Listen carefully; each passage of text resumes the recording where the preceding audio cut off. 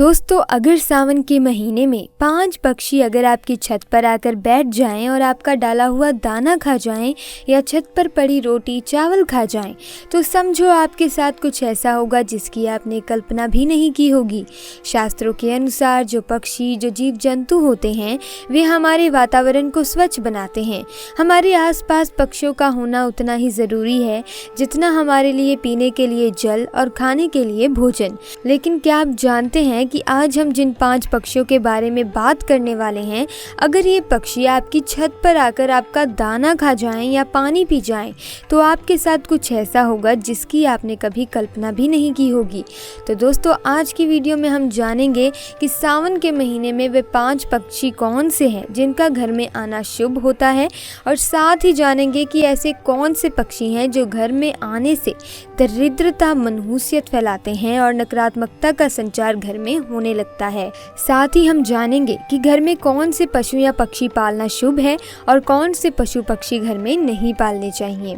माना जाता है कि सावन के महीने में 5 पक्षी किस्मत वाले व्यक्ति के घर पर आकर ही दाना खाते हैं। बड़ा भाग्यवान होता है वे व्यक्ति जिसके घर पर आकर ये पक्षी स्वयं भोजन करें। उस पक्षी को देखने पर मारे नहीं, बल्कि आप अपने आप को बहुत ही खुशकिस्मत समझिए।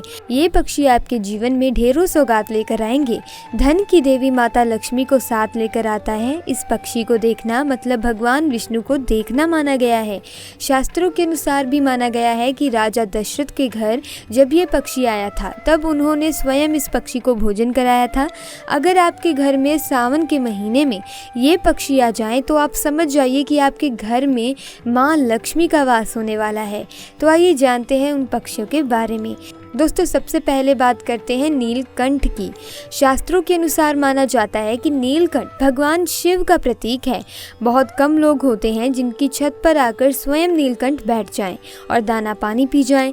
नीलकंठ एक ऐसा पक्षी है जिसे सावन के महीने में देखने पर स्वयं व्यक्ति के सभी कष्ट समाप्त हो जाते हैं। नीलकंठ जब आपके घर पर आकर बैठ जाए तो उसे दाना पानी अवश्य डालें, और ये दाना खा जाए तो समझ जाइए कि आपका भाग्य उदय होने वाला है। दोस्तों, ये पक्षी सावन के महीने में बहुत ही कम लोगों की छत पर आकर बैठता है। किस्मत वाले होते हैं वे लोग जिनके छत पर आकर नीलकंठ बैठ जाए। इसे साक्षात शिव का अवतार माना गया है। ये पक्षी आपको जहाँ पर भी दिखे भूल कर भी ना मारे, नहीं तो आपको भगवान शिव के क्रोध का सामना करना पड़ सकता है।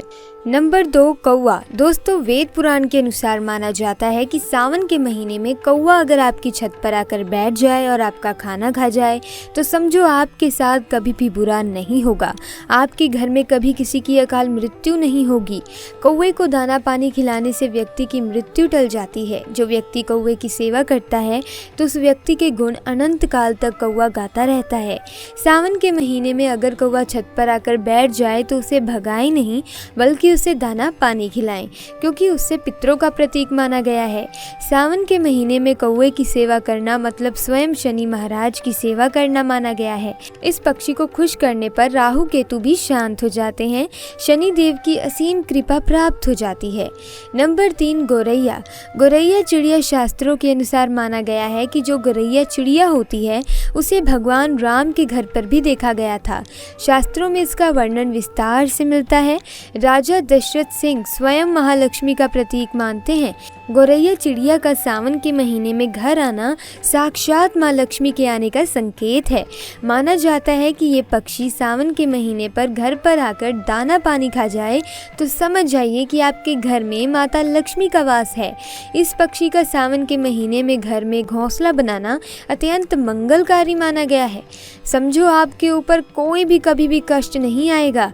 किस्मत वाले होते हैं वे लोग जिनके घर पर सावन के महीने में गौरैया आकर बैठ जाए तथा घोंसला आदि बना ले। ऐसे व्यक्ति का भाग्य उच्च स्थिति में बना रहता है। गौरैया चिड़ी की आवाज़ सुनना भी शुभ माना जाता है। ये वातावरण को स्वच्छ बनाती हैं। दोस्तों नंबर 4, घर में सावन के महीने में कबूतर का आना भी शुभ माना गया है। जिस व्यक्ति के घर आकर कबूतर बैठ जाए और दाना पानी पी जाए तो समझो उसका भाग्योदय होने वाला है। साथ ही साथ अब आपके जीवन में कुछ बदलाव होने वाले हैं। नंबर 5, उल्लू। घर में सावन के महीने में सुबह सुबह आकर अगर बैठ जाए तो समझ जाइए साक्षात आपके घर में लक्ष्मी माँ का वास होने वाला है। माता रानी सावन के महीने उल्लू पर सवार होकर आपके घर में निवास करने वाली हैं। ऐसे में उल्लू को गलती से भी घर से भगाए नहीं। सुबह सुबह सावन के महीने में उल्लू का आना अत्यंत मंगलकारी माना गया है, क्योंकि उल्लू माता लक्ष्मी का वाहन है। लेकिन याद रहे, सावन के महीने में रात के समय जब घर में उल्लू आता है तो ये अशुभ संकेत लेकर आता है। ऐसे में इसे शुभ नहीं माना जाता है। ये पता चलता है कि अब आपके घर के ऊपर कर्ज बढ़ने वाला है, आपका पैसों का खर्च बढ़ने वाला है। दोस्तों अब बात करते हैं उन पक्षियों के बारे में जो सावन के महीने में आपके लिए शुभ नहीं है। इनके घर में आने पर व्यक्ति कंगाल हो सकता है, उसका सर्वनाश हो जाता है। आइए जानते हैं। दोस्तों माना जाता है कि जो चमगादड़ होता है वह मनुष्य के लिए शुभ नहीं होता। ये जब भी सावन के महीने में घर में आते हैं तब कोई ना कोई बड़ी अनहोनी साथ लेकर आते हैं।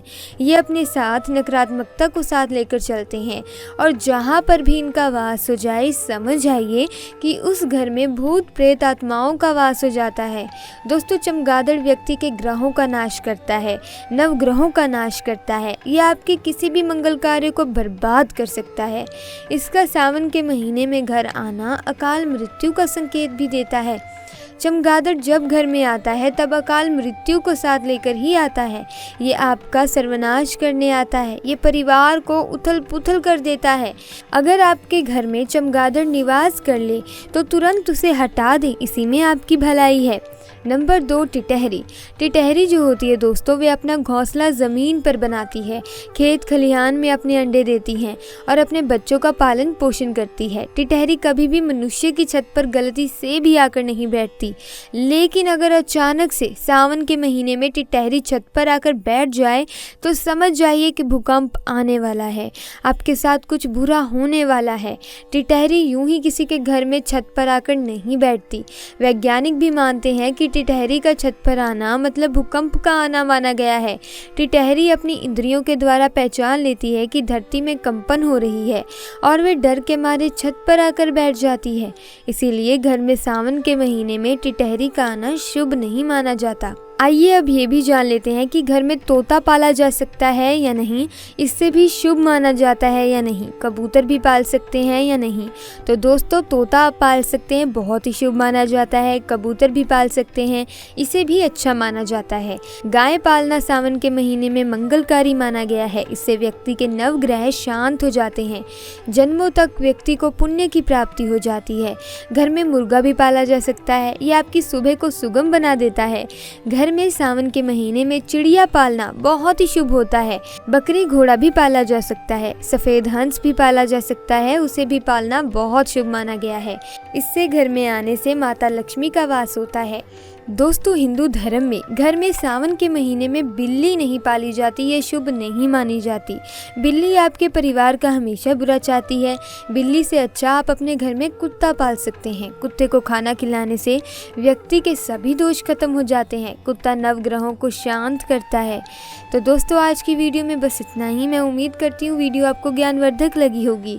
अगर हाँ तो वीडियो को लाइक और चैनल को सब्सक्राइब करना ना भूलें। आपका बहुत बहुत धन्यवाद।